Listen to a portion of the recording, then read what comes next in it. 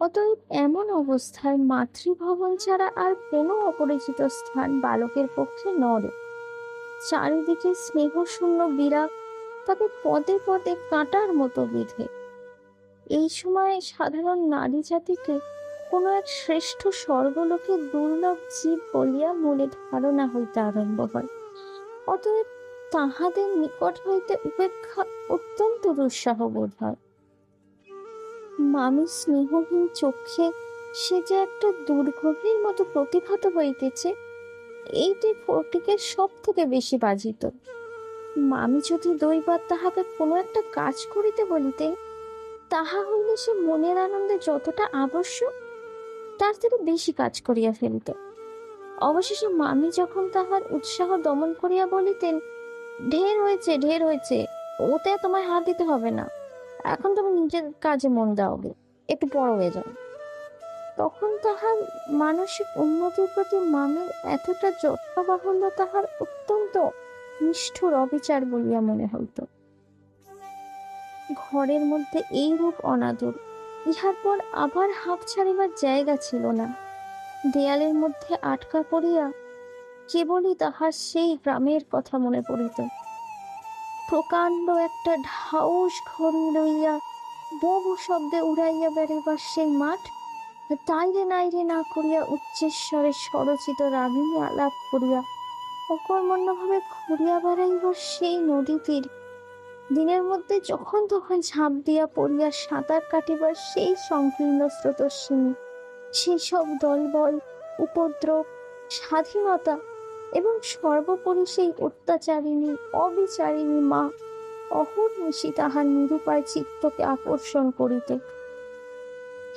জন্তুর মতো এক প্রকার অবুঝ ভালোবাসা, কেবল একটা কাছে যাইবার অন্ধ ইচ্ছা, কেবল একটা না দেখিয়া অব্যক্ত ব্যাকুলতা, গোধূলির সময়ে মাতৃহীন বৎসের মতো কেবল একটা আন্তরিক মা মা ক্রন্দন, সেই লজ্জিত শঙ্কিত শীর্ণ দীর্ঘ অসুন্দর বালকের অন্তরে কেবলই আলোড়িত হইত।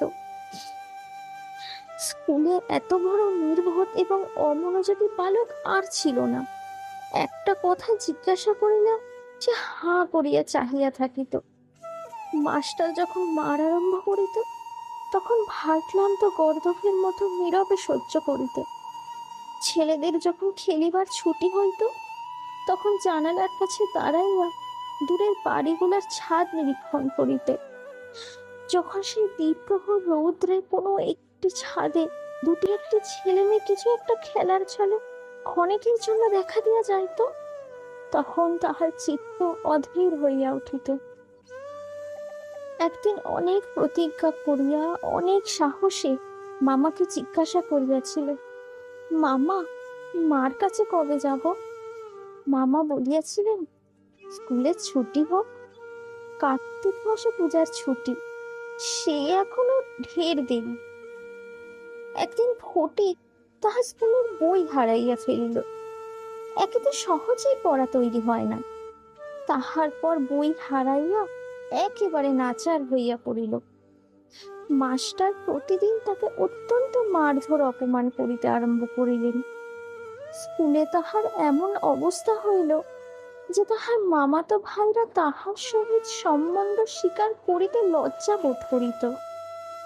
ইহার কোনো অপমানে তাহারা অন্যান্য বালকের চেয়েও যেন বলপূর্বক বেশি করিয়া আমোদ প্রকাশ করিত। অসহ্য বোধ হওয়াতে একদিন ফটিক তাহার মামির কাছে নিতান্ত অপরাধীর মতো গিয়া কহিল, বই হারিয়ে ফেলেছি। আমি অধরের দুই প্রান্তে বিরক্তির রেখা অঙ্কিত করিয়া বলিলেন, বেশ করেছ, আমি তো তখন মাসের মধ্যে 5 বার করে বই কিনে দিতে পারি না। ফটিক আর কিছু না বলিয়া চলিয়া আসিল। সে যে পরে পয়সা নষ্ট করিতেছে এই মনে করিয়া তাহার মায়ের উপর অত্যন্ত অভিমান উপস্থিত হইল। নিজের হীনতা এবং দৈন্য তাহাকে মাটির সহিত মিশাইয়া ফেলিল। স্কুল হইতে ফিরিয়া সেই রাত্রে তাহার মাথা ব্যথা করিতে লাগিল এবং গা শিরশির করিয়া আসিল।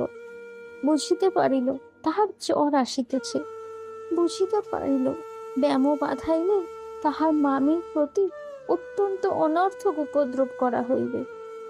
মামি এই ব্যামোটাকে যে কিরূপ একটা অকারণ অনাবশ্যক জ্বালাতনের স্বরূপ দেখিবে, তাহা সে স্পষ্ট উপলব্ধি করিতে পারিল। রোগের সময় এই অকর্মণ্য অদ্ভুত নির্বোধ বালক পৃথিবীতে নিজের মা ছাড়া আর কাহারও কাছে সেবা পাইতে পারে, এরূপ প্রত্যাশা করিতে তাহার লজ্জা বোধ হইতে লাগিল। পরের দিন প্রাতঃকালে ফটিককে আর দেখা গেল না। চতুর্দিকে প্রতিবেশীদের ঘরে খোঁজ করিয়া তাহার কোনো সন্ধান পাওয়া গেল না। সেদিনে আবার রাত্রি হইতে মুষলধারে শ্রাবণের বৃষ্টি পড়িতেছে, সুতরাং তাহার খোঁজ করিতে লোকজনকে অনর্থক অনেক ভিজিতে হইল। অবশেষে কোথাও না পাইয়া বিশ্বম্ভর বাবু পুলিশে খবর দিলেন। সমস্ত দিনের পর সন্ধ্যার সময় একটা গাড়ি আসিয়া বিশ্বম্ভর বাবুর বাড়ির সম্মুখে দাঁড়াইল। তখনও ঝুপঝুপ করিয়া অবিরাম বৃষ্টি বইতেছে, রাস্তায় এক হাঁটু জল দাঁড়াইয়া গিয়াছে। দুইজন পুলিশের লোক গাড়ি হইতে ফটিককে ধরাধরি করিয়া নামাইয়া বিশ্বম্ভর বাবুর নিকট উপস্থিত করিল। তাহার আপাদমস্তক ভিজা, সর্বাঙ্গে কাদা, মুখ চক্ষু লোহিত বর্ণ, থরথর করিয়া কাঁপিতেছে। বিশ্বম্ভর বাবু প্রায় কোলে করিয়া তাহাকে অন্তঃপুরে লইয়া গেলেন। মামি তাহাকে দেখিয়াই বলিয়া উঠিলেন, কেন বাপু, পরে ছেলেকে নিয়ে কেন এই কর্মভোগ? দাও, ওকে বাড়ি পাঠিয়ে দাও। বাস্তবিক সমস্ত দিন দুশ্চিন্তায় তার ভালোরূপ আহার আদি হয় নাই, এবং নিজের ছেলেদের সহিত নাহক অনেক খিটখিট করিয়াছেন। ফটিক কাঁদিয়া উঠিয়া কহিল, আমি মার কাছে যাচ্ছিলুম, আমাকে ফিরিয়ে এনেছে। বালকের জ্বর অত্যন্ত বাড়িয়া উঠিল, সমস্ত রাত্রি প্রলাপ বকিতে লাগিল। বিশ্বম্ভর ভাবে চিকিৎসক লইয়া আসিলেন। ফটিক তাহার রক্তবর্ণ চক্ষু একবার উন্মীলিত করিয়া পরিকাঠির দিকে হতবুদ্ধি ভাবে তাকাইয়া কহিল, মামা, আমার ছুটি হয়েছে কি? বিশ্বম্ভর ভাবে রুমালের চোখ মুছিয়া সস্নেহ ফটিকের শীর্ণ তপ্ত হাতখানি হাতের উপর তুলিয়া লইয়া তাহার কাছে আসিয়া বসিলেন। ফটিক আবার বিড়বিড় করিয়া বকিতে লাগিল, বলিল, মা, আমাকে মারিস নে মা, সত্যি বলছি, আমি কোনো দোষ করিনি। পরের দিন দিনের বেলা কিছুক্ষণের জন্য সচেতন হইয়া ফটিক কাহার প্রত্যাশায় ফ্যাল ফ্যাল করিয়া ঘরের চারিদিকে চাহিয়া রইল। নিরাশ হইয়া আবার নীরবে দেয়ালের দিকে মুখ করিয়া পাশ ফিরিয়া শুইল। বিশ্বম্ভর বাবু তাহার মনের ভাব বুঝিয়া তাহার কানের কাছে মুখ নত করিয়া মৃদুস্বরে কহিলেন, ফটিক, তোর মাকে আনতে পাঠিয়েছি। তাহার পরদিনও কাটিয়া গেল। ডাক্তার চিন্তিত বিমর্ষ মুখে জানাইলেন, অবস্থা বড়ই খারাপ।